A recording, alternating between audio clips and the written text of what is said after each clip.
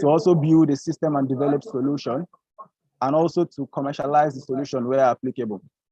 So on this note, I would like to urge us to sit back and enjoy this wonderful session, as we promise it to be what an insightful session. So on this platform, I would like to just welcome in Engineer Abdulghani Adetunji, who would kick up the program with for us with the opening prayer. So I don't know if Engineer Abdulghani Adetunji is on this call. No, I have. No. Kindly go with it. Alhamdulillah, nahmaduhu wa nasta'inu wa nastaghfiruh. All thanks, glorification, adoration belongs to Almighty Allah subhanahu wa ta'ala. We adore him, we glorify him, and we seek none of his mercy upon all of his mercy upon Muhammad bin Abdullah sallallahu alayhi wa sallam. Also come to the facilitator, I say to him, Akwaba, I know you will understand better, inshallah. And to every one of us, we are here today in order for us to learn and to process in what we do currently in our business. Just like Allah subhanahu wa ta'ala has told us in the Quran that this is an acknowledgement to Allah's statement that we are an ambassador of business because we detest interest. May Allah subhanahu wa ta'ala make our business this section, may Allah subhanahu wa ta'ala make it hujjatan lana wala hujjatan alayna. May Allah subhanahu wa ta'ala make it easy for us to increase in wealth, to make it easy for us to increase in understanding, make it easy for us to prosper in this world of ours. I say to Allah subhanahu wa ta'ala, Allahumma inna nas'aluka ilman nafi'a wa rizqan tayyiba wa amalan mutaqabbala. Allahumma ij'alna muflihin. Allahumma ij'alna muflihin. Allahumma ij'alna muflihin. Allahumma inna nas'aluka min khayr wa khayra ma fi wa na'udhu bika min sharr wa sharr ma fi. I pray Allah subhanahu wa ta'ala guide the tongue of the facilitator. May Allah subhanahu wa ta'ala guide our listening and guide our assimilation as well. May Allah subhanahu wa ta'ala forgive us in any of the aspects in which we expect.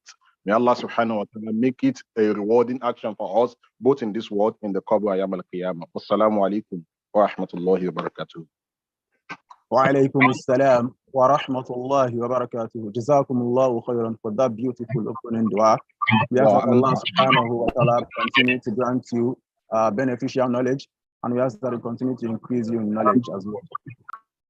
So thank you so much for that. On this note, I would like to also invite Engineer Bilkis Arebeshola for the recitation of our wonderful guest speaker.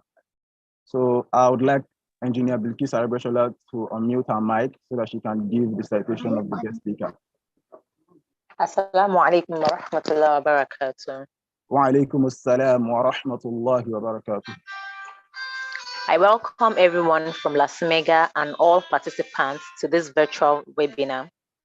I am also honored to welcome our guest speaker to this occasion. The topic this afternoon is market research and sizing, which will be discussed by a distinguished speaker. Below is the profile of our speaker. He's the Chief Executive Officer, Nigeria, Baobab Plus, full-time, the Chief Commercial Officer, CCO, Jumia Group Ghana, and HMD, Global Home of Nokia Phones, Senior Business Manager. At HMD Global, he was responsible for the mobile devices sales at Microsoft across West and Central Africa. He delivered outstanding results in various roles at Nokia, where he delivered several consumer value propositions with leading mobile networks across West Africa. Mr. Kola has extensive management experience in sales, consulting, and technology sectors, starting in the early 2000s as a software architect and management consultant.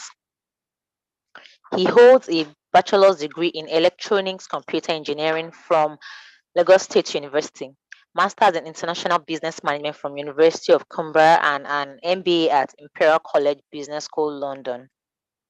Mr. Kola has attended various executive training programs at Stanford Business School, Kellogg School of Management, the Wharton School, New York University, GIFT South Africa, Recruits Business School, Hong Kong, and University of Oxford Business School. He was nominated twice in 2008 and 2010 as Professional of the Year at the Future Africa Awards and has been recognized by Crown Montana Forum as a new leader for the future. In 2014, Mr. Kola was inducted as an Associate Fellow of Nigerian Leadership Initiative.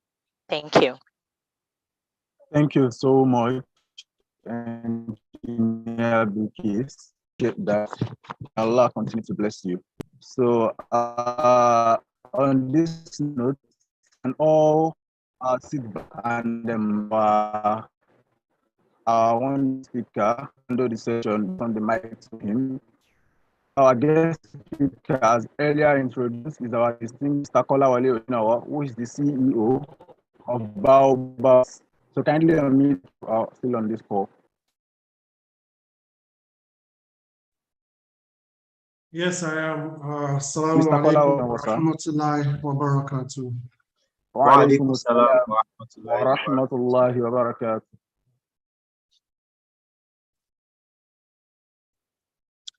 Can I go ahead? You can go ahead, sir. Absolutely. Okay. Bismillah al-Hadi ar-Rahman al-Kafi ar-Rahim al-Wafi. Wa salatu wa salam ala ashraf al-Mursaleen Sayyidina Maulana Habibina Sharifina Muhammad sallallahu alayhi wa sallam wa ala alihi wa sahbihi wa man tabi'a bi ihsan ila yawm al-zilzal. First of all, let me greet us with the best greetings by saying Assalamu alaikum wa rahmatullahi wa barakatuh. Wa alaikum assalam wa rahmatullahi wa barakatuh. Secondly, let me thank the executive of LASUMEGA for the opportunity to share my thoughts with us today. And sincere apologies for joining rather late. I was in transit, so I was trying to look for a good location to sit and connect properly. It's a pleasure to share my thought with us, and I hope that you would find this useful at any point in time. So for some of us, it might be something you already know. For others, it might be something that is new. But all in all, I hope you do find it useful. So I'm going to dive in. Let me just share my screen. Let me know when you can see.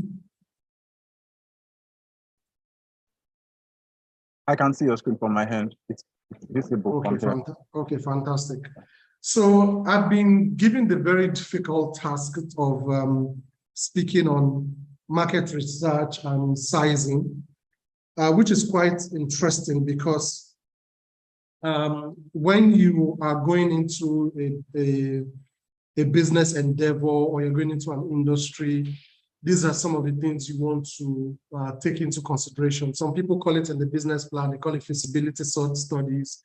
In the startup world, we call it market size, or trying to understand your the size of the pie that you're trying to capture. So, in that wise, it's pretty difficult if you miss this step in building your business or your startup. It's one of two things. Either you get it wrong and the business fails, you get it right and the business succeeds. And the third part is that you either get it right or wrong and the business still succeeds, or you get it right or wrong and the business fails. So it's not a silver bullet. It's something that you need to be methodological about, but not so fixated on.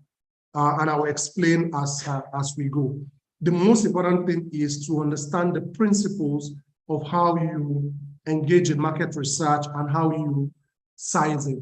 And sizing it is in two parts. Either you're sizing it for the reality of what is on ground, or in what we see in the startup world today, you're sizing it to get investors' attention. And sometimes I find it very interesting, even when I see people pitch their startups to me, and the first thing I try to look at is what sizing are you using? Some people will tell me, oh, Nigeria is a 200 million market. And I said, no. If you look at the target for this particular business, it's only Lagos that you should actually consider, because with this business model, I don't think you can go beyond Lagos. So your real market size actually should be Lagos. But we'll talk about that as we move on.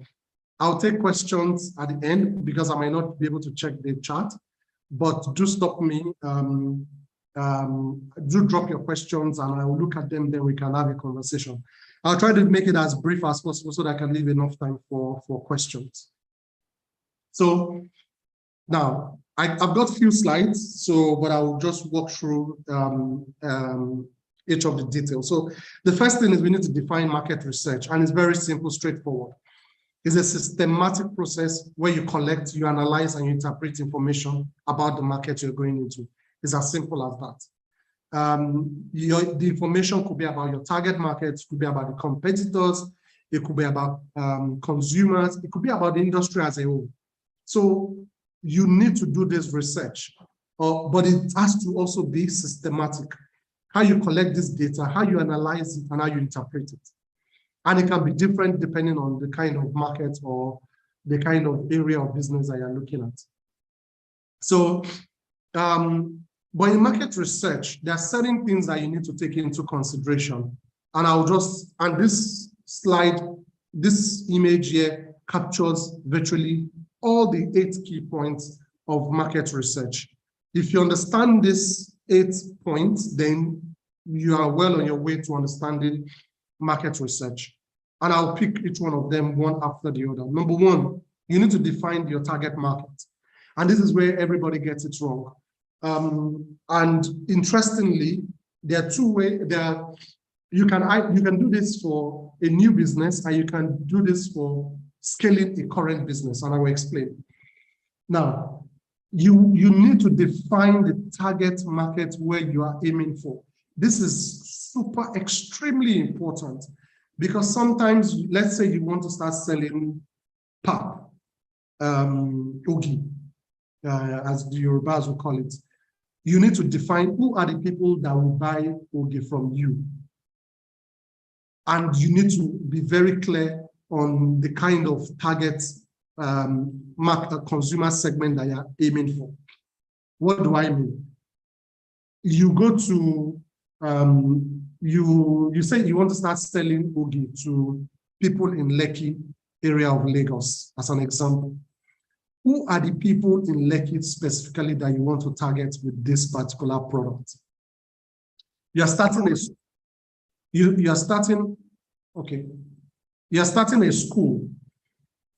and you want to target somewhere in Agege. Who are the target customers of this particular product that you want to really reach out to? But before you start talking about the target market, you need to talk about the value proposition, which is not visible here. Now, you define the value proposition first. Then you start looking at which target market will be best fit for this value proposition. I'll give you an example. In the current business that we do, we are closing the energy gap, meaning that if you look at today in Nigeria, there are 67 million people in rural Nigeria that do not have access to electricity. 18 million households in urban Nigeria that do not have access to electricity. In total, 85 million Nigerians do not have access to electricity. So imagine if I'm bringing a product or a service that helps to close that energy gap, and I say my target market is 200 million, then I'm lying. My target market is not 200 million in reality. Yes, the total addressable market may be 200 million, but for the kind of value proposition that I'm bringing, it might not be for the entire 200 million. So if my product is to close the energy gap using renewable energy sources like solar, like solar energy, as an example, then I need to find out who are the people that will buy this product. The people that will buy this product are people that are suffering from lack of electricity. And the market is the survey is telling us that 18 million Nigerians in urban areas do not have access to electricity. 67 million in rural Nigeria do not have access to electricity. So I have 85 million potential markets. Now the question is, I have a product. The price is, let's say, 200,000 naira. 67 million people in rural Nigeria may not be able to afford that product of 200 million naira. 200,000 naira, sorry. But in urban Nigeria, where I have 18 million, they can afford this product.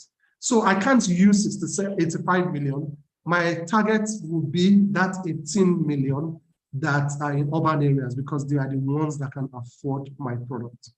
So these are some of the issues that you need to think about when you are looking at the target.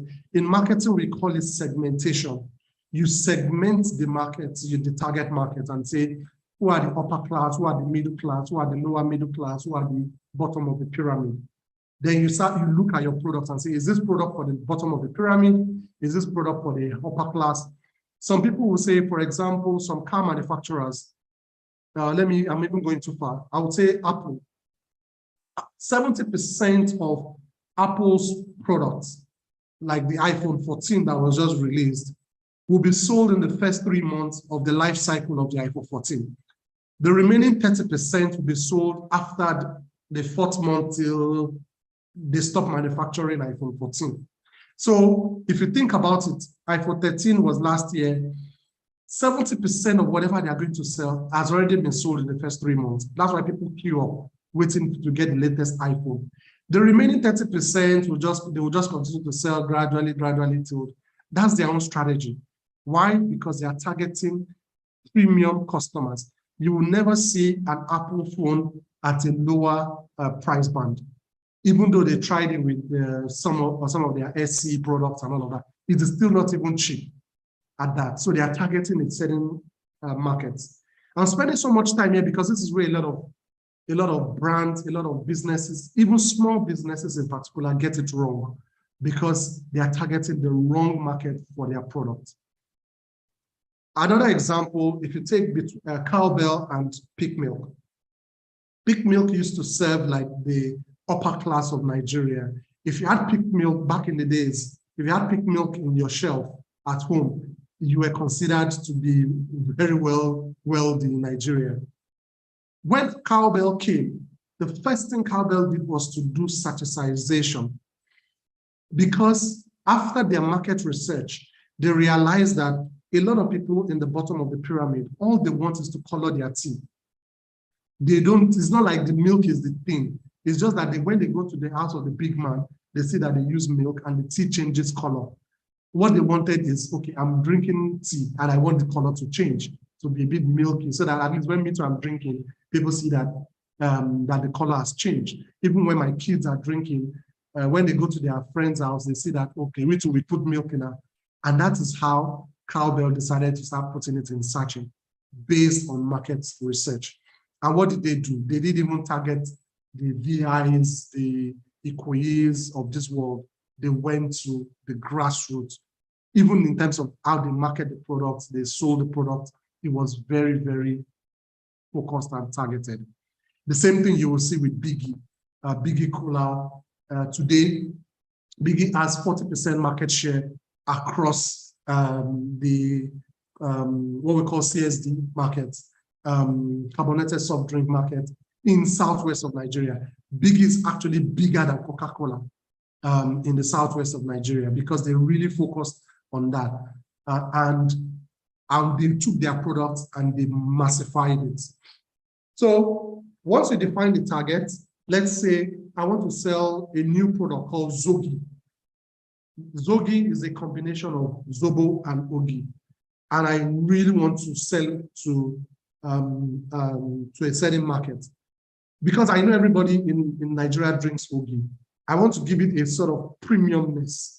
I want to make Ogi cool to the people in Lekki, in VI, in Ikoyi, and the likes.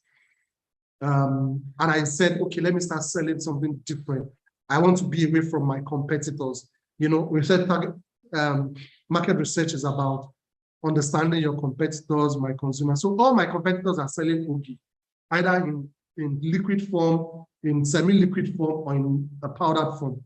But I want to break away. I started selling Zogi, Zobo plus Ogi. And I said, I'm going to sell for the upper echelon of Nigeria. So the next thing I need to do is a survey. And that survey can be in different forms. Either I send a questionnaire out, or, which is the best form of survey, is to do what we call ethnography. Ethnography means that you go directly to where your customers are and you observe them. And the best that do this, for example, Apple doesn't do market research, but they do a lot of ethnography. And they put a lot of features that you never even thought of. So you do that survey, you start asking questions. How do you take your Ogi? How often do you take your Ogi? Do you like Ogi or do you take custard? What kind of cereal do your kids? You start asking those questions and you start trying to see if there is a market gap.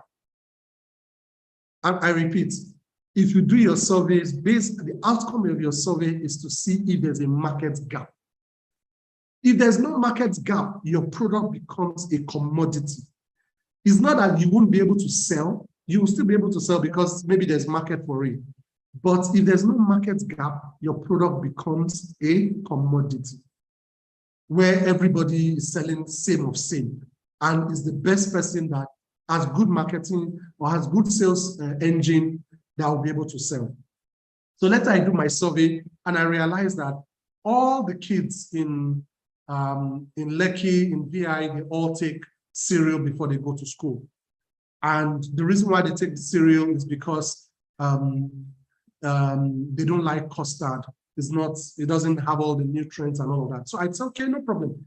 My Zogi is fortified with vitamin A, vitamin D, and all the necessary vitamins. And I present it and I do what we call market testing.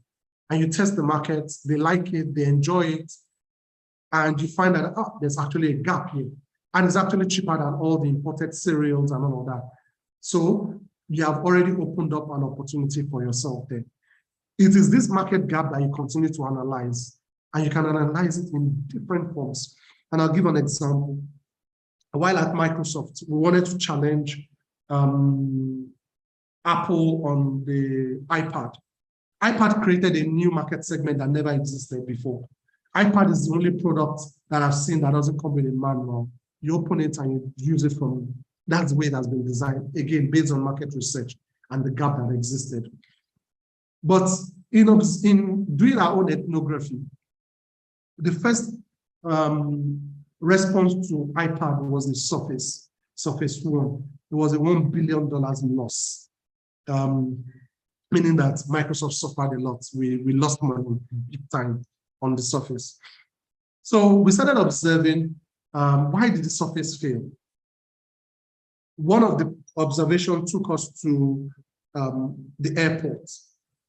What do they call this place now? The security check at the airport. We noticed that when you get to the security screening point, people will bring out their laptop and they bring out their iPad. They bring out their laptop, they bring out their iPad. And we're wondering, why are people bringing out laptop and iPad? So we went for that, did a focus group, still on survey. You do a focus group, you can do interviews. Then with ethnography, you can actually watch people in the environment where they're using the product. We realize that when people sit before they board the flight, they're either working on their laptop, doing serious work, or playing games on their iPad. We didn't stop there, so we decided to go one step further, only to realize that also that when they get to their hotel rooms, they put their laptop on the desk and they put their iPad on the bed. So they don't do serious work when they are sitting on the bed. They only do serious work when they are sitting on the desk. That was the market gap. People want something that they can use, that you can combine both work and play. While they are playing Candy Crush on their iPad, they also want to do some serious work. And that was how we gave birth to the second Surface. And it took 40% market share from iPad. It was so bad that Apple quickly released a new iPad called iPad Pro. Came with the iPencil without an eraser. And for the first time in many years, they invited Microsoft to the stage to come and demonstrate how the Office, Microsoft Office works on the iPad Pro, because they were losing a big chunk of the market. The premium segment of the market, people that now started using Surface as their official laptops, because it was a tablet that could become a PC, and a PC that could become a tablet. So this analytics, this statistics is what you now use to refine your customer value proposition. What exactly are you selling to the customers? And analytics and statistics is something that will continue to be ongoing. You continue to ask yourself questions. You collect data points from everything every interaction the customer has with your product. Whether the product is a biscuit or is a technology product, you must find ways of collecting market data. At some point, I could tell how many phones were sold in Computer Village by my competitors, by brands, by price band, by camera size, by screen size. I knew everything. And that was a way of also helping to get the real, to evolve the product offering to the customer. Customers are also changing. The demographic of our customers are also changing. From millennials now to Gen Zs who want it now. Another example, while I was at Jumia, we realized that people order on e-commerce and they expect delivery in 2 days, 3 days, sometimes in 5 days. They didn't bother. But at some point, people wanted next day delivery, because we're dealing with a certain class of consumers that are always in a hurry, the Gen Zs. Apologies to all the Gen Zs on this call. But they went a bit further, and they started pushing us from e-commerce to quick commerce. They wanted it now. So now, when nobody is even talking about next day delivery, now quick commerce evolved out of that. And we're talking about, it first started with 60 minutes delivery. It went to 30 minutes delivery. And in many parts of Europe now, they are now talking about 15 minutes delivery. And it has given back to a whole new industry that we never expected to evolve. And that leads me to the second to the last point, which is about trends.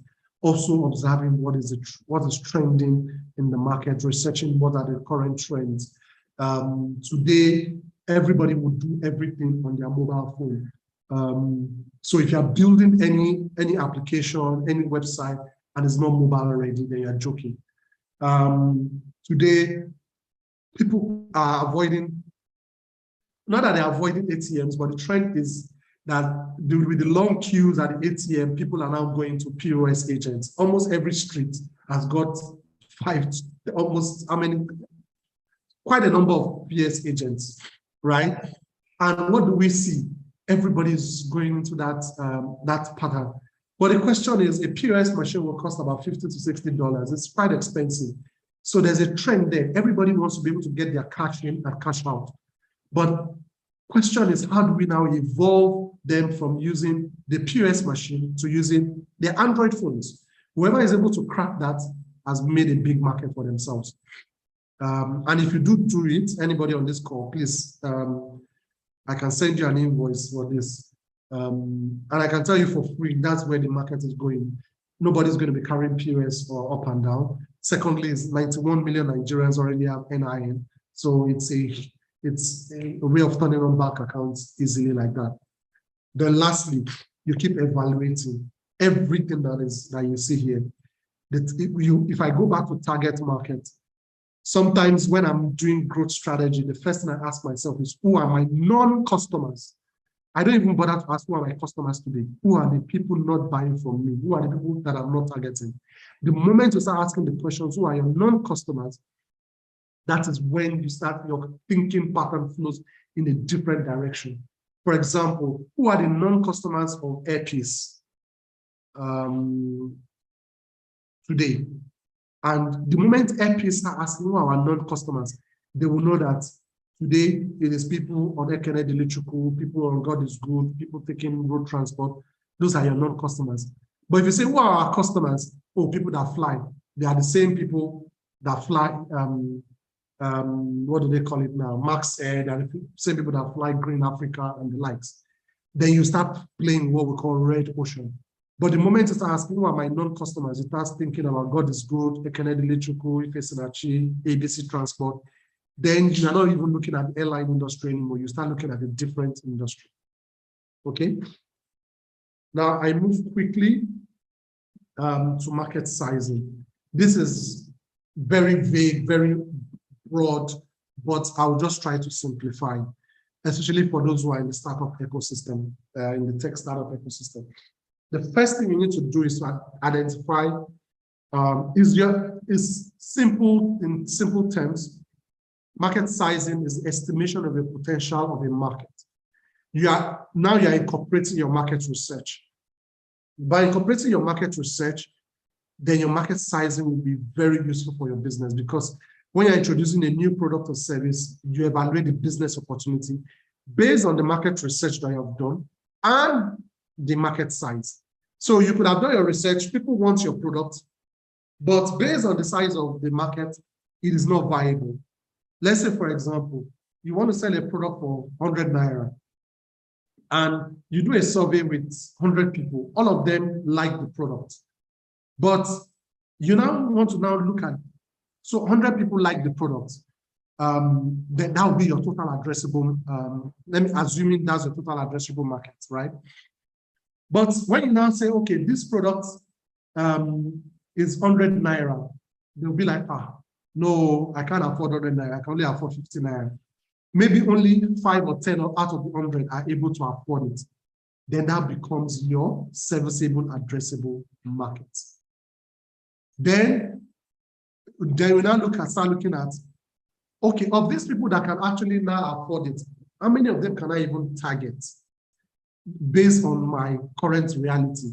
Let's say, for example, only 20 people in the whole of Lagos is able to afford it.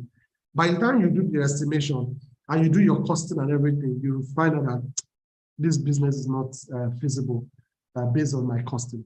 But if it's feasible, then you now say, out of these 20 people, who are the people that I can actually reach out to? Because it's the entire Lagos, but I'm only operating from Ikeja. How do I, with the kind of resources that I have, with the kind of facilities that I have, I'm only able to service Ikeja, Oshodi, let's just say the mainland, but I'm not able to service the island because of the cost of logistics, the cost of human resources and all of those things. Then that becomes your serviceable, obtainable market. But where people get it wrong is that they quote 200 million as my total addressable market, which sometimes can be wrong. The entire potential market, independently of your ability to reach or serve them yet. So whether you can reach them or not, that's your total addressable market. So Lagos is a population of 20 million. The first question we ask is does everybody need your products? Maybe not. So you need to define the people that need your products. Those are the total addressable market. Then you now start looking at the people that you can actually serve and reach with your business. Lagos is 20 million. Total civil service population, maybe your product is targeting civil servants in Lagos. There are about 100,000 plus civil servants. That becomes your total addressable market. Civil servants are spread across the whole of Lagos, including local government. But your resources can only take you to the mainland. That becomes your serviceable, addressable market. But based on the current logistics that you have, resources that you have, you can only serve Ikeja. That becomes your serviceable, obtainable market. You can also determine your serviceable, obtainable market by saying that out of this 100,000, I want to target only 5% because I only have resources to target 5%. I explain this because this is where a lot of things fail. When people quote a lot of big numbers when they are pitching to investors, and the reality is that when they start to work, it is actually not there. I'll give an example. I wanted to sell a product. The product's about $1,000 for the product. And the first thing we checked was, and it was targeting professionals, young professionals within a certain age bracket, between the age of 25 to 45. And the product is $1,000. And the question we first asked ourselves is, how many people within that age bracket in Nigeria today are earning a salary $1,000? And if I look at, without looking at that metric at all, between age 25 to 45, let's say, if my data is correct, let's say it's about 40 million people in employment within that bracket. But by the time you now narrow it down to people that can afford your product, you might not even get up to 1 million people earning that amount of money. After all, maybe 10, 12 million of people are the only people in the tax net today in Nigeria. Now, those are the people that are earning $1,000 of salary. Would they now take the entire $1,000 to buy your product? No.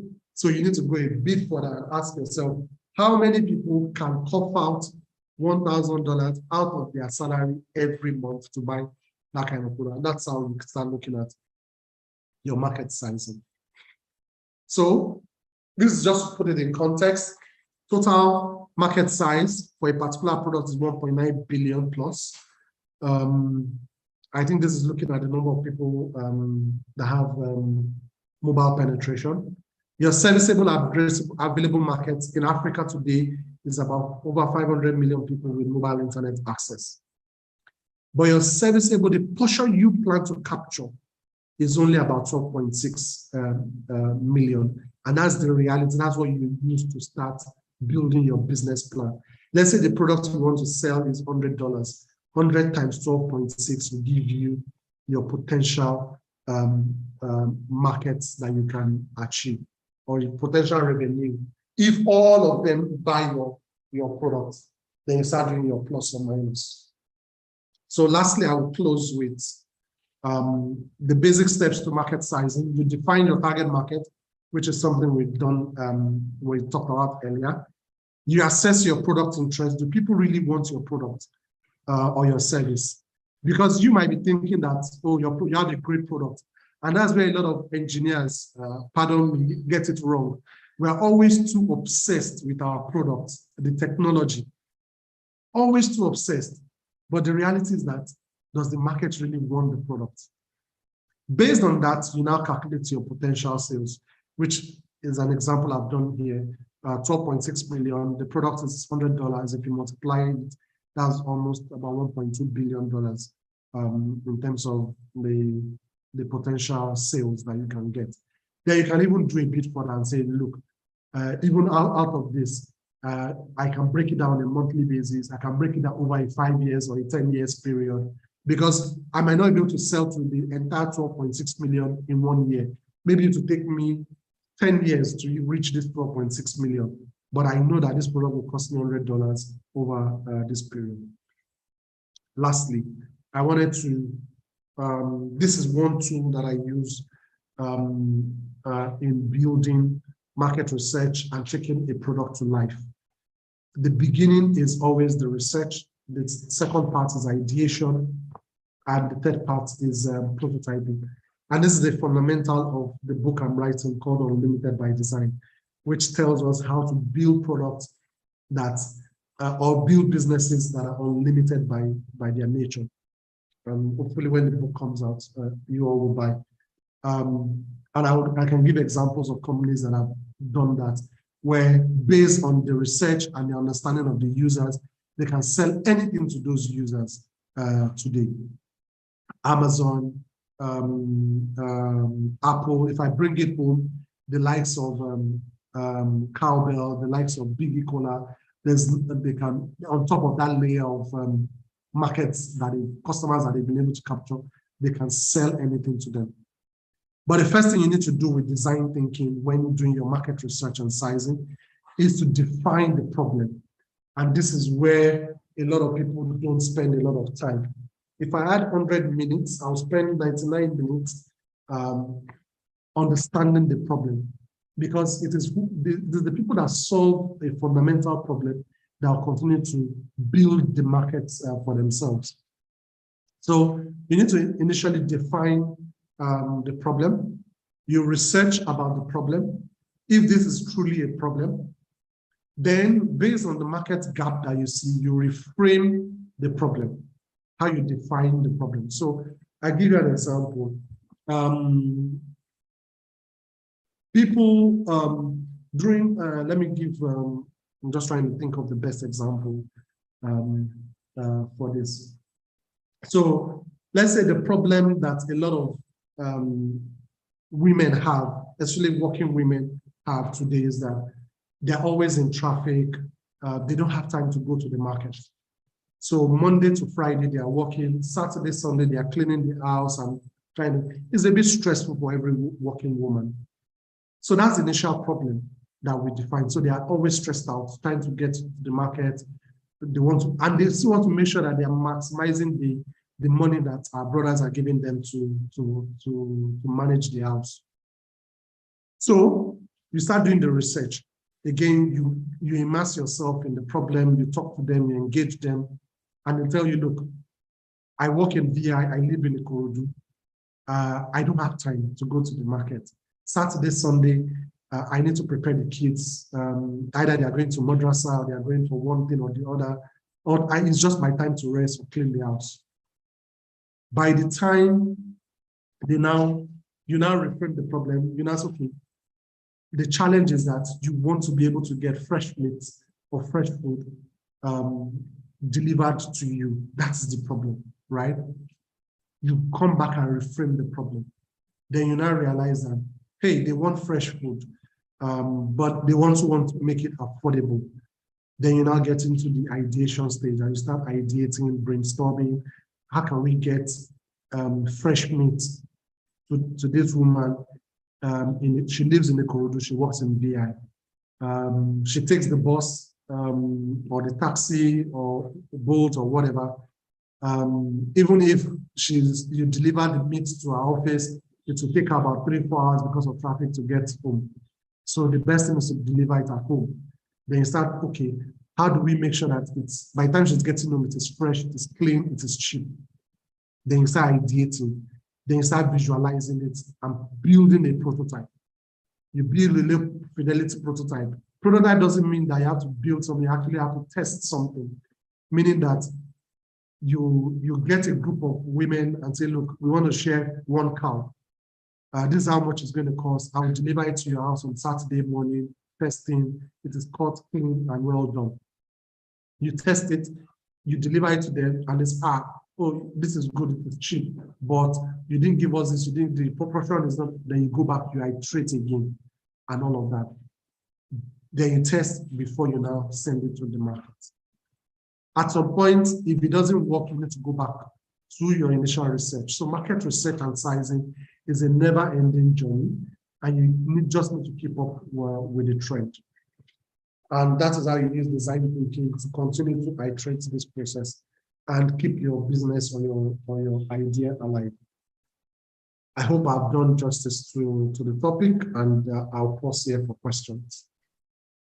Jazakumullahu khairan, sir. And I want to believe everyone who had been listening closely would have their notepad well stocked with a lot of content.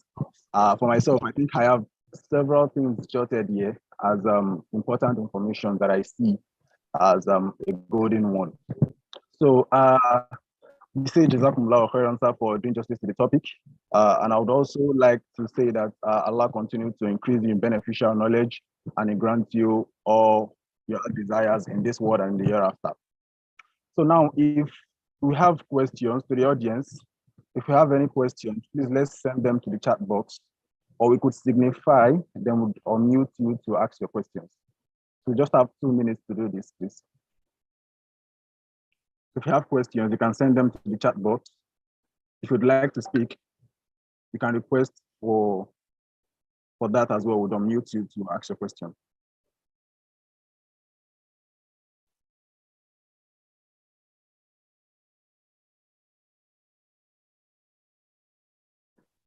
It's either I did a good job or a bad job. Of course, you definitely did a good job, sir.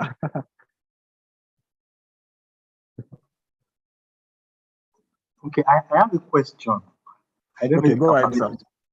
Okay, Yes, so you can go ahead. Go ahead. first and foremost, I want to say a big Jazakallah khairan to our senior Kola, for that beautiful lecture. So my question is about an article I read lately about one of the startups, and I don't know, it's a microfinance bank, and it was like it came with a disruptive, like, is it technology I'll call it, or will I say marketing Okay. strategy? Yeah. Yeah. And we Kola thought Bank. exactly. So we thought it was Kola. doing so well.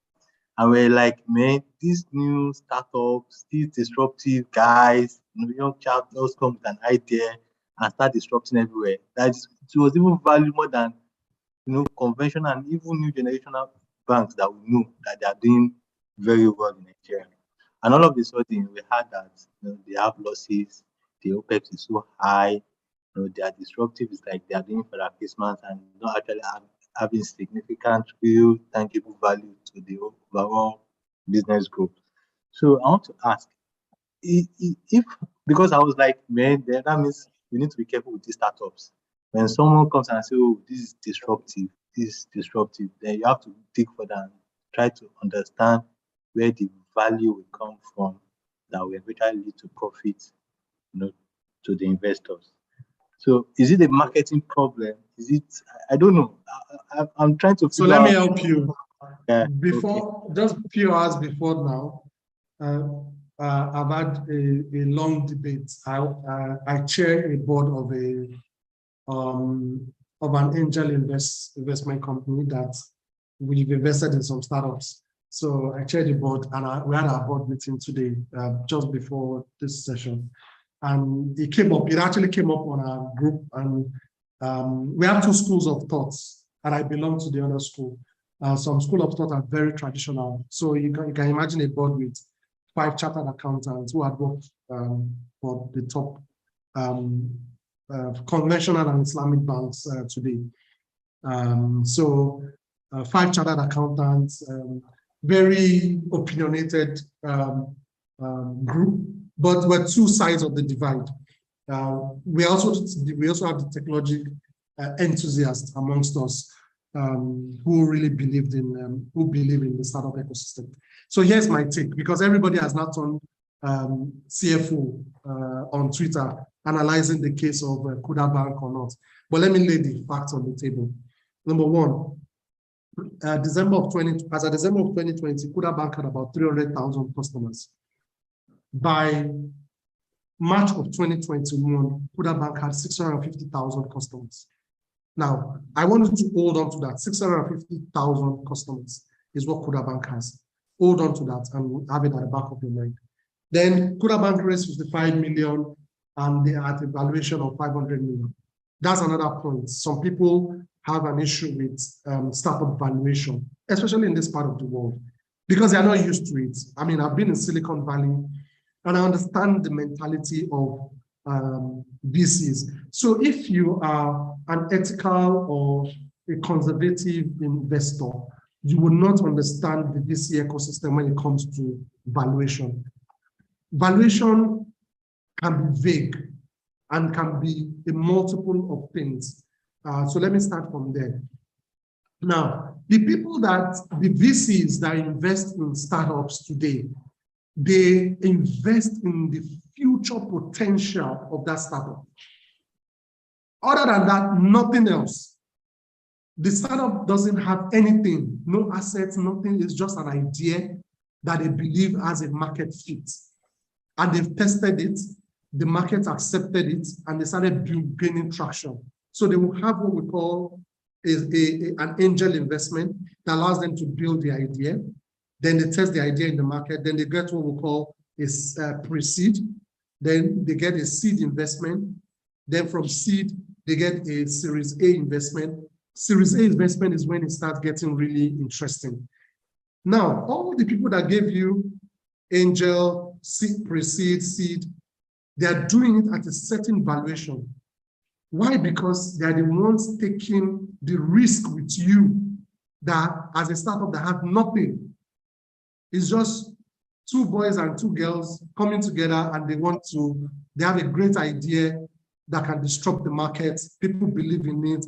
They do their market research and market sizing, quote and unquote, and they sold it to the investors. The investors bought it and said, look, okay, I will take 7% of this business at this valuation.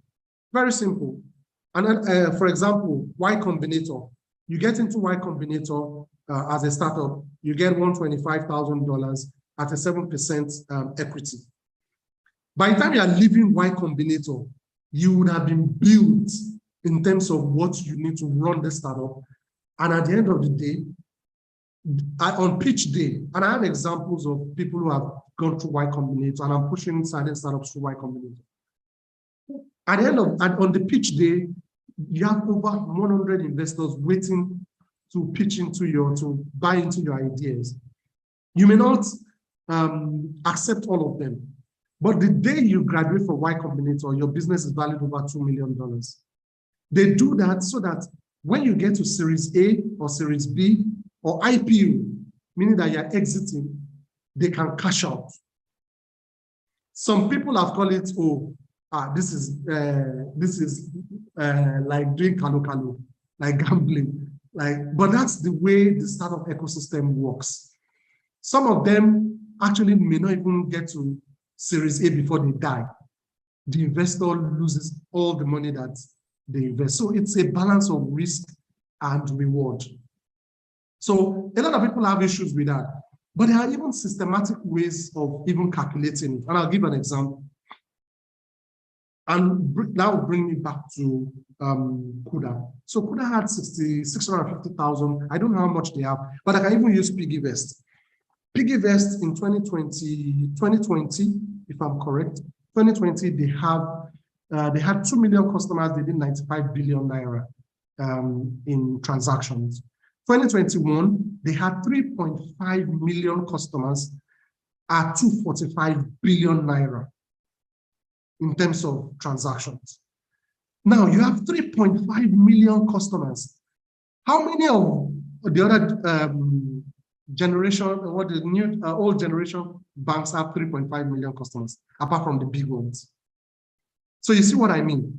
Now, these 3.5 million customers, you now need to start determining what we call lifetime value. What value would they bring to my company over a lifetime? So let's say, for example, over the lifetime of my company, these people would transact maybe 10,000 naira. Now multiply 10,000 naira times 3.5 million. It gives you the potential, and I use the word potential very responsibly, potential revenue that you can get from these 3.5 million users. So now, if we do the math, 10,000 naira times 3.5 million is getting to billions, right? Or maybe 35, if my math is correct, 35 billion. Now divide that, that is what the investors look at, and they try to use that as a valuation.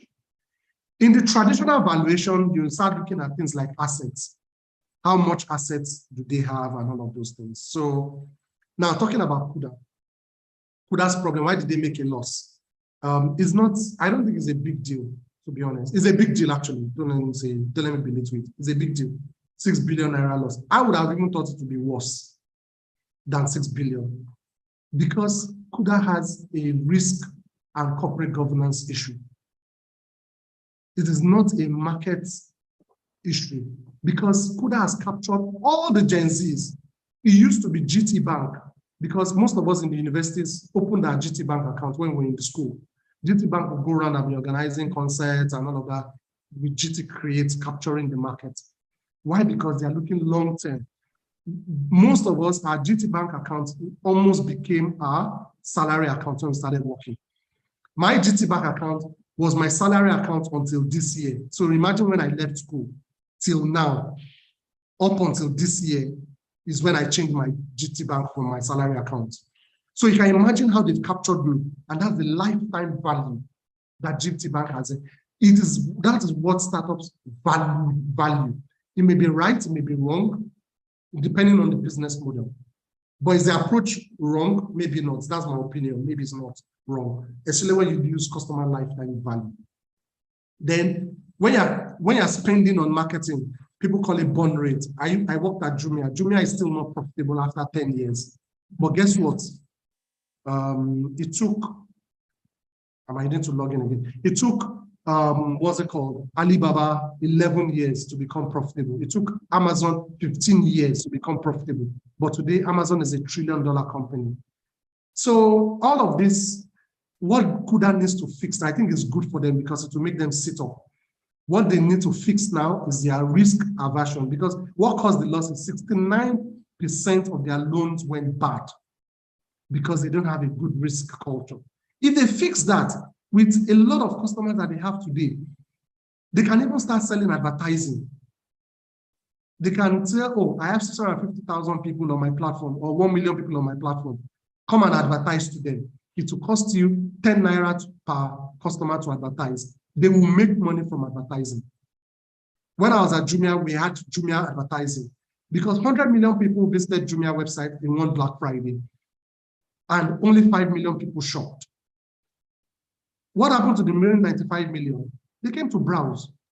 When you go to Computer Village, people will show the stock vendor and say, look, it's cheaper on Jumia. So they are browsing Jumia. So we started selling Jumia advertising to brands. So that's why you see a bank will be marketing on Jumia. It's advertising. And what did we do? We scaled the advertising so that if you search anything on Jumia, I will find you. I will find you on Kola. I will find you on Facebook. You will not run away. You must buy that clipper. The moment you have searched for that clipper on Jumia, I will find you because I want you to either buy or to come and browse so that I can sell advertising.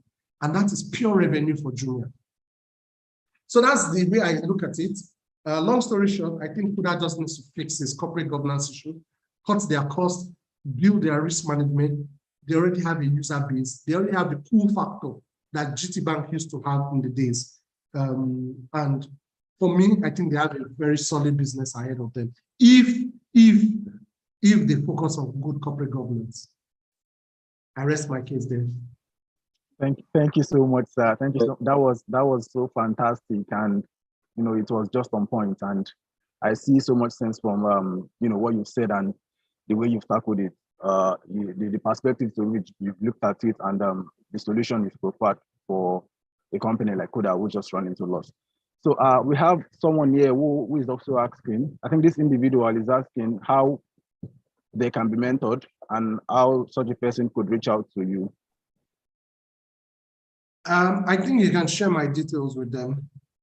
Oh, okay. Okay. Noted, sir. All right. So we have some other question here, which is. Sorry? Yeah, I have a question. Okay. But then hold on, please. I have a question in the chat box. Let me just ask that before you proceed to ask me your own, sir. Nice. All right. So this person said, what single aspect about your brand makes it stand out and makes clients trust you? You need to build a brand that is trusted. And that's the context of my PhD research now. How do you build trusted brands, especially on digital platforms? So you need to build a brand that people can trust. That's the only way your brand will stand out. And you must continue to, how do I put it? You must continue to build products that is easy for customers to access, build product that is simple, and yet adds value to customers.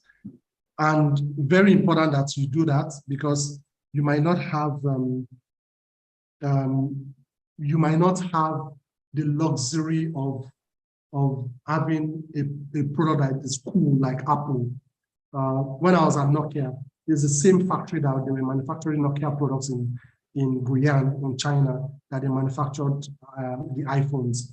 But guess what? The iPhones came out very more expensive, even though they're using the same material, same company, Foxconn is the same company manufacturing for everybody. So you might not have that luxury, but if you build a brand that is trusted, then people will just buy into it. And we can talk more about trust. And maybe when you get any of my publications in future, you can read more about trusted brands. Yeah, fantastic, sir.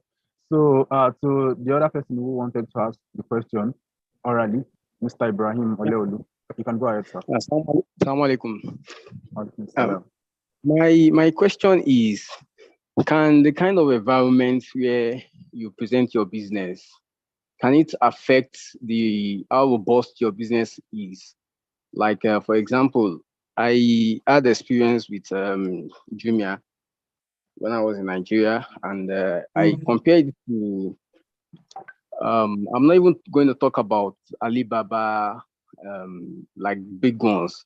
I compare with Shopee and Lazada here in Malaysia. Despite the fact that Jumia had, more in terms of numbers now, customers, 200 million in Nigeria, and Shopee and Lazada just have even not up to 30 million in population compared to that of Jumia. It's my personal judgment actually, I might be wrong, but I see that, Shopee has a better package. Shopee Lazada has a better package, wonderful, they are so robust in terms of things compared to what I had, the experience I had then with Jumia in Nigeria. So maybe I'm not thinking the technology, Malaysia is much more advanced in terms of technology compared to Nigeria. Is it because of that? Can it, because I personally believe the number that you are accessible to in terms of market is much more important even than technology. That's my personal. So I want to really get, the clarification in that area. Thank you very much. By the way, Lazada, Shopee had the same investors with Jumia. What they call them now? These guys from Germany. But anyways, I also had the opportunity of working with the guys from Shopee and Lazada. With LASUMEGA, it was based on LASUMEGA that we created Jumia Mall. The only thing is, yes, you are right, the environment matters. I'm sure in Malaysia, you don't have what we call cash on delivery, right? Where you buy something on Shopee or Lazada and you pay. We have cash on delivery, But what's the size of cash on delivery? So almost all products, there is opportunity for cash on delivery. Exactly. So if you look at the numbers on Amazon or Lazada or Taobao, on Shopee, most of them would pay ahead because they trust the products that they are buying from them. Do you understand? The amount of SKUs that you have on Shopee or Lazada is times 3 or 4, 5 of what you have on Jumia today. Jumia is actually augmenting with its ecosystem from Shenzhen, we will call Jumia Global. Now, the point is that the environment affects less than 5% of customers in Nigeria today would do prepayment. 95 to 99% of customers will actually do what we call cash on delivery because of trust issues. The Nigerians want to see before they pay. But if I'm buying on Amazon or I'm buying on AliExpress, I pay ahead, then we can resolve any issues later. And you see in most of those markets that is advanced, where internet penetration is good, understanding of e-commerce is great, people have invested. So if you look at those markets, you have a lot of, even before we had Daraz, you had Shopee, you had LASUMEGA, you had Taobao. So in Southeast Asia, in Europe, a lot of e-commerce is well developed. But if you look at in Africa today, it's mainly only Jumia. Konga is really not there. There's only Jumia that is building there. So there's really, that awareness of e-commerce is still very, very, very low. E-commerce penetration in Africa today is less than 1% versus the total retail market today. Compared to China or Southeast Asia, that is about 20%. In Europe, is almost 10%. In America, is more than 15% in terms of the size of e-commerce versus. So the environment matters a lot, a lot. You can't go to a village and you're selling product to rural areas and you expect them to be using cards. If you don't have POS agents there, which they trust, they go and pay, then you might, or you collect cash, then there's really nothing you can do. So yes, you're right. The context on the environment really, really matters. And that's why I said you need to go back and survey comes in different forms. Either the top of it is ethnography, the list of it is just doing sending out survey forms and trying to check.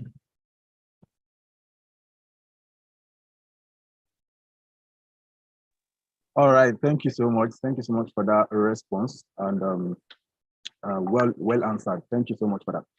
So I think that wraps up the question we have here. And hopefully, if we get some other questions, we're going to forward them to you, and then we'll revert to the questionnaire. So thank you so much, sir, for giving such a precise and well-detailed responses to our questions. And we really want to appreciate, and we ask that Allah subhanahu wa ta'ala continue to increase you in knowledge, and we ask that He grant you the good in this world and in the hereafter.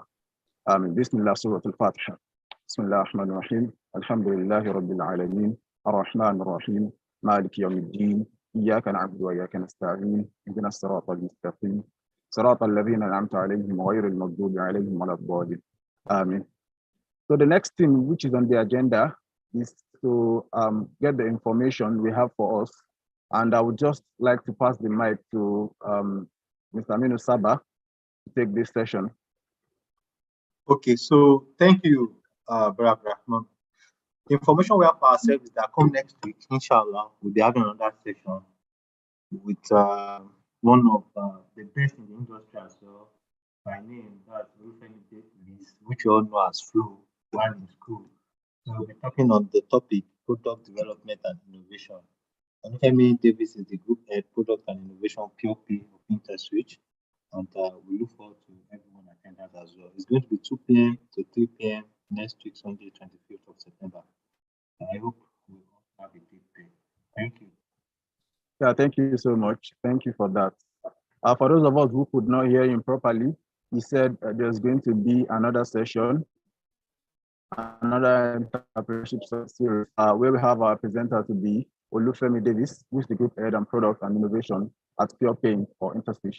And then we have the topic assigned to him to be product development and innovation, which is going to happen on the 25th of September, 2022. Between the hours of 2 o'clock p.m. to 3 o'clock p.m. Nigerian time, and the venue remains Zoom. Thank you so much for that, Mr. Aminu Saba. So the next thing which is on the agenda now is to listen to the vote of thanks or appreciation remark for today, and I would like to call on Engineer Suleiman Debo to give us the vote of thanks. Engineer Suleiman, are you there? Let me see.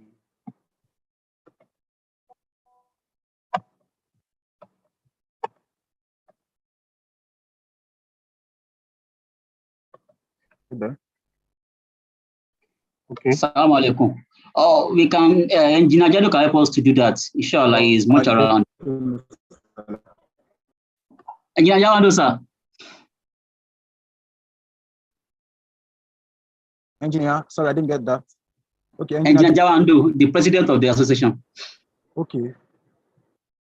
So, Engineer Jawandu, are you there, sir, to give a vote of thanks for us?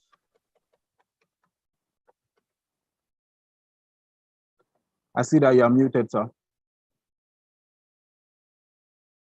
Okay, I think it's having challenge with his system. Okay. Okay. So you can go ahead. Okay. So yeah, we give thanks to Allah subhanahu wa ta'ala. We also thank our able brother, Kola Osinowo, for that wonderful delivery. We personally, I really enjoy every bit of the lecture. You know, I listen to every bit of it, and it resonates to me a lot. So I want to pray to Allah subhanahu wa ta'ala to continue to bless you for the humor, to also continue to raise you higher in all your endeavors. We pray to Allah to grant all your heart desires. We are all proud of you as an alumni of Lagos State University.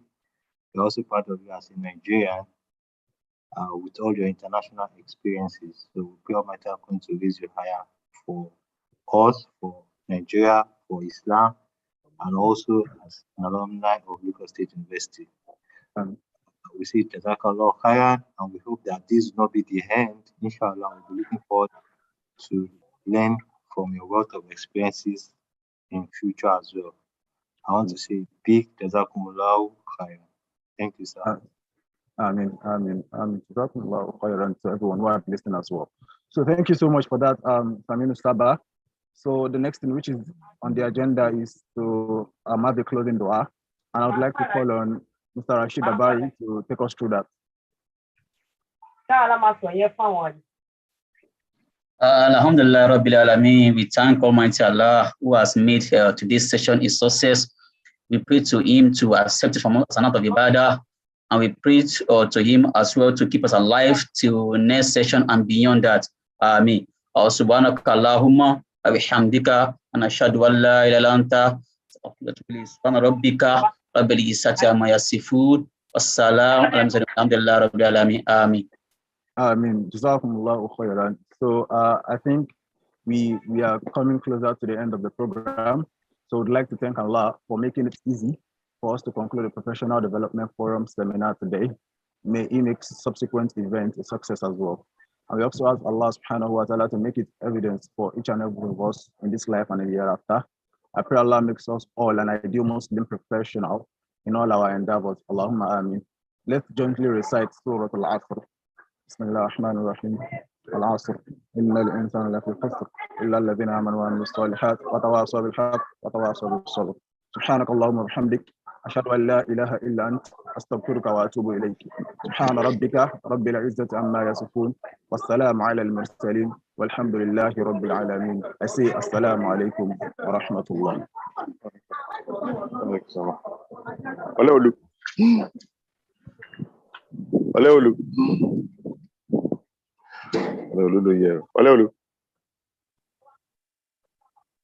Prof. ẹ lọ pera yín lẹ́yìn.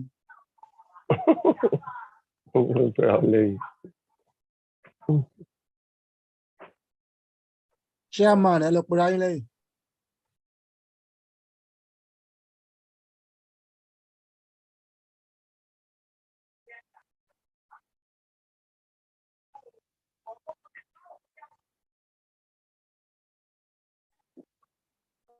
ربكما تكذبان يرسل عليكما شواظ من نار ونحاس فلا تنتصران فبأي آلاء ربكما تكذبان فإذا انشقت السماء فكانت